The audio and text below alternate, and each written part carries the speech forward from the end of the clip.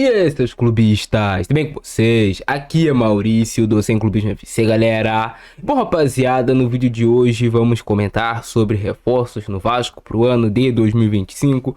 Técnicos que vêm sendo especulados, qual é a real possibilidade, alguns jogadores também que tiveram nome ligados ao Vasco, e também temos a possibilidade real do Felipe escalar para o jogo de sábado, Coutinho e Payet no time titular do Vasco, beleza? Deixa o like, se inscreve no canal, ativa o sininho e bora pro vídeo, campeão!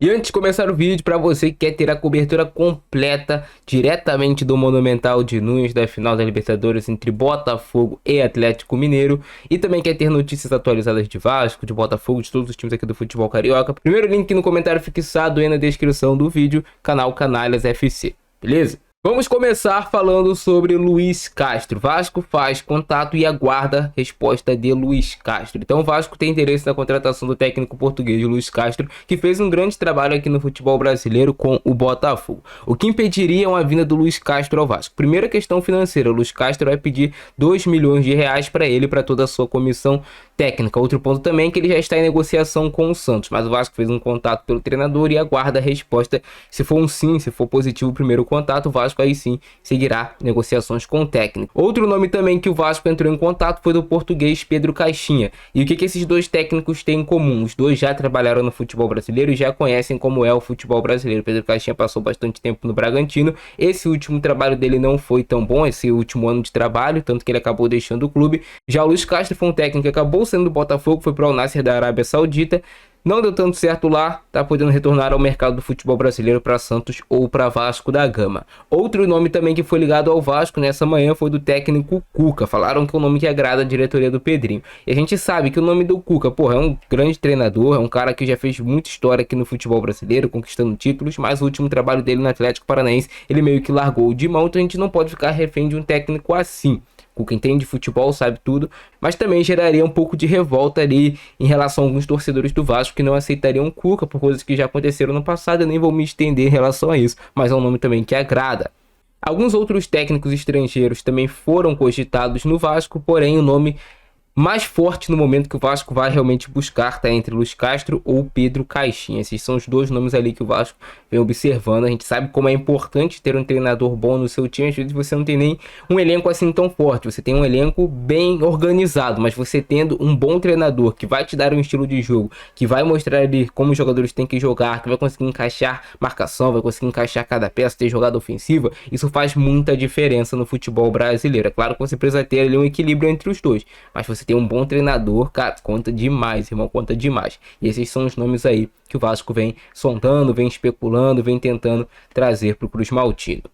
Agora falando sobre os jogadores que tiveram seus nomes ligados ao Vasco, ontem pela tarde o nome de Isidro Pita do Cuiabá foi ligado ao Vasco, um centroavante que já está habituado ao futebol brasileiro, apesar de ser paraguaio, é um cara que já tem uma boa experiência, mas ainda é jovem, se eu não me engano o Pita tem 24 anos de idade. O que seria um empecilho para essa negociação, que tem outros clubes do futebol brasileiro e do exterior que tem interesse na contratação do Pita, e o Cuiabá vai pedir algo na casa de 8 milhões de euros para liberar o atleta. É claro que eles aceitariam menos, acho que 5 milhões de euros aceitariam para liberar o Pita, sim, mas é um jogador caro hoje para a realidade do Vasco. Se fossem tempos que o Vasco tem dinheiro em cofre, se fossem tempos de SAF, até acreditaria nessa contratação, mas um jogador que o Vasco precisará comprar por 8 milhões de euros é muito difícil de chegar. Porém, é uma prioridade do time do Vasco buscar outro centroavante para disputar vaga com o Verratti, e até com características diferentes do Verratti para a próxima temporada. O Pita é um cara que tem o jogo por cima, tem um jogo aéreo, é forte, mas ele é um pouco melhor por baixo do que o Verratti, por exemplo. Outro nome que foi ligado ao Vasco nessa manhã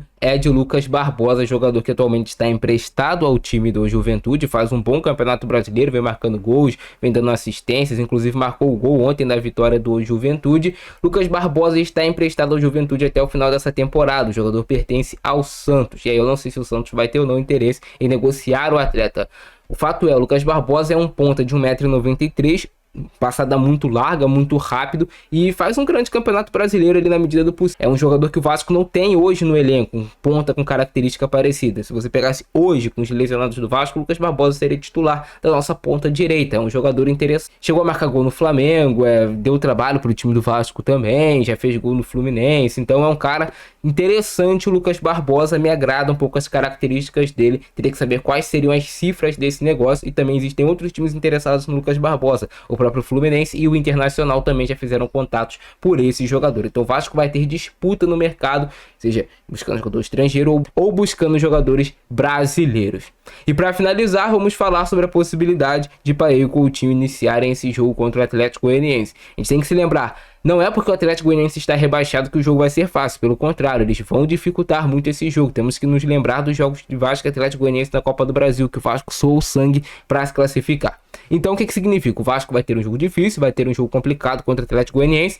Provavelmente se espera um Vasco mais com a posse de bola, mais no campo de ataque, e um Atlético Goianiense mais fechado para sair em contra-ataque. Então o Vasco tem essa possibilidade de ter dois meios criativos para ir Coutinho. Para você jogar com esses jogadores, você pode fazer o quê? Uma linha de 3 atrás, você pode colocar o João Vitor, por exemplo, o Maicon e o Luiz Gustavo. E aí você tira um pouco mais da obrigação defensiva desses caras, porque você vai ter o Puma por um lado, ou o Paulo Henrique, e o Lucas Piton pelo outro. E quando o Vasco defender, defende na linha de 5. Teria em tese ali 2 meio-campistas, ou Matheus Carvalho, Jair, ou até mesmo o Hugo Moura, dois desses três para jogar e ajudar na marcação. E aí você teria para Coutinho com menos obrigação de marcar, mas também fechando linha de passe, fechando espaço com o Verratti no comando de ataque, ou até mesmo o Ryan. Essa é uma das possibilidades, mas existe uma forte chance do Felipe tentar com os dois meios criativos do Vasco, que é algo que, sim, que a torcida espera há muito tempo. Só jogaram uma vez juntos, que foi contra o São Paulo, deu errado, mas eu acho que a forma no qual eles foram utilizadas não foi certo. Colocar um na ponta e outro no meio, nenhum dos dois tem fôlego para ficar voltando e marcando no lateral. Beleza? Então essas são as notícias do Vasco no momento. Comenta embaixo a opinião. Para você, qual técnico seria ideal? Você acha que o Vasco está indo no caminho certo nessas contratações? A gente tem que levar em consideração que o Vasco não tem muito dinheiro em cofre, né, para contratar jogadores e nem treinador. Então nossa realidade atual, sem um investidor, é complicado. Chegando no investidor, a realidade seria completamente diferente. E nós iremos buscar jogadores de uma prateleira muito acima do que estamos especulando no momento. Beleza? Só o vídeo de hoje. Abraço no Francesco, com nós. Fui!